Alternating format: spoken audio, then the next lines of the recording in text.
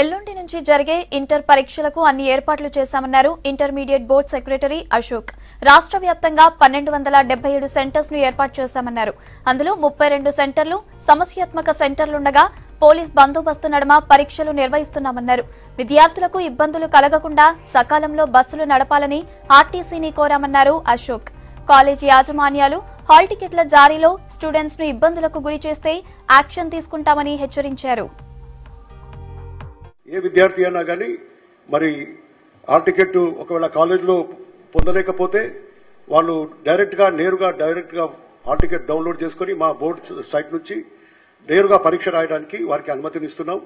అక్కడ కూడా hall ticket exam సెంటర్ల వద్ద కూడా వారికి అనుమతి ఇవ్వడం జరుగుతుంది. సో ఇంకా ముఖ్యంగా విద్యార్థులు పాటించాల్సిన నిబంధనలు ఏమిటంటే జాగ్రత్తగా వారి పేరు, మీడియం, సబ్జెక్ట్స్ అపియరింగ్ అవన్నీ కూడా హాల్ టికెట్స్ లో వివరాలు సరిగ్గా ఉన్నాయా లేదా కరెక్ట్ గా చూసుకోవాలి. హాల్ టికెట్ అందిన వెంటనే ఏమన్నా ఉంటే వెంటనే ప్రిన్సిపల్ వాళ్ళ కాలేజ్ ప్రిన్సిపల్ కు తెలియచేయాలి.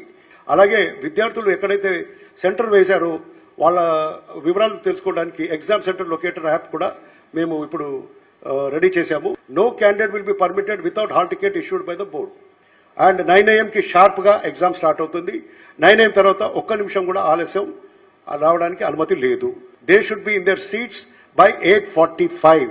మేనేజ్మెంట్స్ కి మేము చెప్తున్నాం, ఏ విద్యార్థినైనా కానీ ఫీజు కోసం దౌర్జన్యం చేసి లేక వారికి టెన్షన్ లో పెట్టి హాల్ టికెట్ ఇవ్వడం బెదిరించడం కానీ, ఎలాంటి హాల్ టికెట్ ఇవ్వడంలో జాప్యం చేసినా కానీ, ఎలాంటి ఇబ్బందులు పెట్టినా కానీ ఆ ప్రిన్సిపల్స్ కి ఆ ప్రైవేట్ మేనేజ్మెంట్స్ కి అన్నిటి కూడా కఠినమైన చర్యలు తీసుకోవడం జరుగుతుందని. So criminal cases will be registered against the candidates resorting to copying, malpractice, impersonation, and they will be debarred from the examination.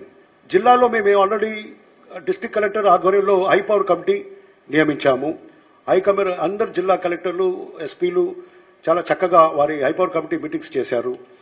ఈ విధంగా మాల్ ప్రాక్టీస్ పైన అన్నిటి మీద ప్రత్యేక దృష్టి సారించి నివారించే చర్యలు అన్ని కూడా తీసుకోవడం జరిగింది. అలాగే ఈ జిల్లా మెడికల్ అధికారి కూడా చెప్పడం జరిగింది, వారు పారామెడికల్ ఫస్ట్ ఎయిడ్ అరేంజ్మెంట్ చేయడం. ఎందుకంటే చాలా మంది విద్యార్థులు డిహైడ్రేషన్ లేక ఇంకొన్ని ఇబ్బందుల వల్ల వారికి జ్వరం కానీ ఏదైనా వచ్చినా కానీ వెంటనే వారికి పరీక్ష రాసే విధంగా వారికి ఫస్ట్ ఎయిడ్ అరేంజ్మెంట్ చేయడం జరుగుతుంది.